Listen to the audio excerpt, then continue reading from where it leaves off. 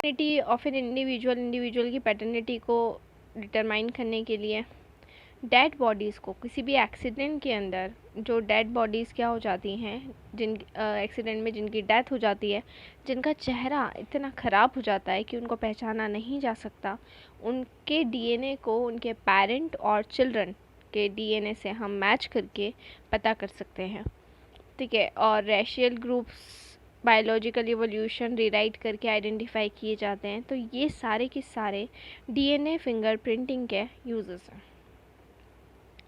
Next topic is biological functions of nucleic acid. Nucleic acid के biological functions क्या क्या हैं? डीएनए जो होता है वो केमिकल बेसिस पे होता है, हेरिडिटी के, ठीक है। और ये जेनेटिक इन्फॉर्मेशन को रखता है जो एक जनरेशन से दूसरी जनरेशन के अंदर क्या होती है, कॉमन होती है। इसके अलावा डीएनए जो होता है वो रिस्पॉन्सिबल होता है आइडेंटिटी, डिफरेंट स्पीशीज़ की आइडेंटिटी को मेंटेन करने के लिए। मिलियन ऑफ ईयर्स से जो डिफरेंट स्पीशीज़ होती हैं उनकी जो भी आइडेंटिटी होती है उसको मेंटेन करने के लिए हम डीएनए को रिस्पॉन्सिबल मानते हैं। इसके अलावा डीएनए मॉलिक्यूल जो होता है वो सेल्फ डुप्लीकेशन के लिए भी कैपेबल होता है सेल डिवीज़न के अंदर। इसके जो आइडेंटिकल स्ट्रैंड्स होते हैं वो ट्रांसफ़र होते जाते हैं डॉटर सेल्स के अंदर।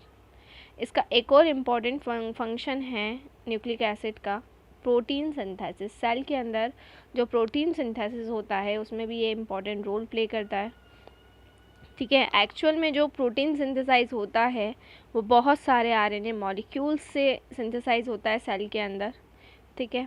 बट जो भी मैसेज होता है सिंथेसिस का वो डीएनए के अंदर प्रेजेंट होता है। तो ये सारे के सारे बायोलॉजिकल फंक्शंस होते हैं न्यूक्लिक एसिड के। न्यूक्लिक एसिड वाला जो टॉपिक है वो एग्ज़ाम के पर्पज़ से बहुत ही ज़्यादा इम्पॉर्टेंट है, तो ये आपको बहुत ही अच्छी तरीके से पढ़ना है।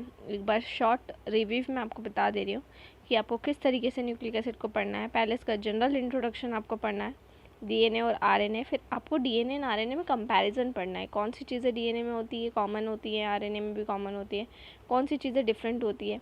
फिर हम केमिकल कंपोजिशन की बात करेंगे कि केमिकल कंपोजिशन इसका किस तरीके से होता है, उसको हमने पूरा डिस्कस किया है।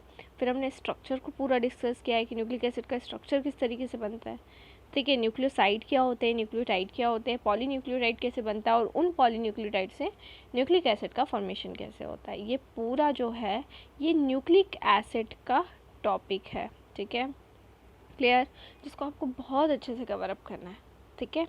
और इसके बेसिस पे आप ये जो भी पूरी थ्योरी है वो पढ़ें। उसके बाद में डीएनए फिंगरप्रिंटिंग और biological function of nucleic acid. तो बायोमॉलिक्यूल जो आपका पर्टिकुलर चैप्टर है इसमें अभी तक हमने कार्बोहाइड्रेट्स पढ़ा है, प्रोटीन्स पढ़ा है, विटामिन्स पढ़े हैं, ठीक है, और न्यूक्लिक एसिड हमने पढ़ा है, एंजाइम्स पढ़े हैं। ये सारे के सारे हमारे क्या हैं, बायोमॉलिक्यूल्स हैं जिनको हम पर्टिकुलर इस चैप्टर में स्टडी कर चुके हैं।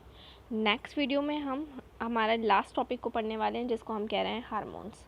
बहुत ही इंपॉर्टेंट टॉपिक है, तो हार्मोन्स को हम पूरा स्टडी करेंगे। और एक बार हार्मोन को हम पूरा स्टडी करेंगे उसके बाद में हम इस पूरे चैप्टर का एक शॉर्ट रिव्यू लेते हैं कि हमने ओवरऑल पूरे चैप्टर में क्या क्या पढ़ा और क्या क्या चीज़ें इंपॉर्टेंट रही।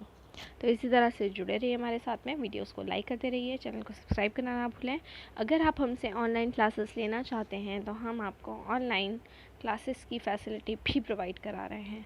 हमसे ऑनलाइन क्लासेस पढ़ने के लिए डिस्क्रिप्शन में जाकर सारी डिटेल्स ले लें और हमसे कांटेक्ट करें। लॉकडाउन चल रहा है, लॉकडाउन में घर पर रहें, सेफ़ रहें, सुरक्षित रहें, इसीलिए आपके लिए वीडियोस बना के भेज रहे हैं। आपको जो भी टॉपिक पढ़ना हो प्लेलिस्ट के फोल्डर में जाएं, वो टॉपिक डालें, वो चैप्टर का नाम डालें, आपको उसकी सारी वीडियोस वहाँ पर अवेलेबल हो जाएंगी। कोई ऐसा कंटेंट जो आपको नहीं मिल पा रहा है या पढ़ना है उसको आप कमेंट बॉक्स में डाल सकते हैं। तो घर पर रहिए, सुरक्षित रहिए और पढ़ते रहिए, इस टाइम को यूटिलाइज़ करते रहिए। Thank you so much. Stay home, stay safe. Thank you.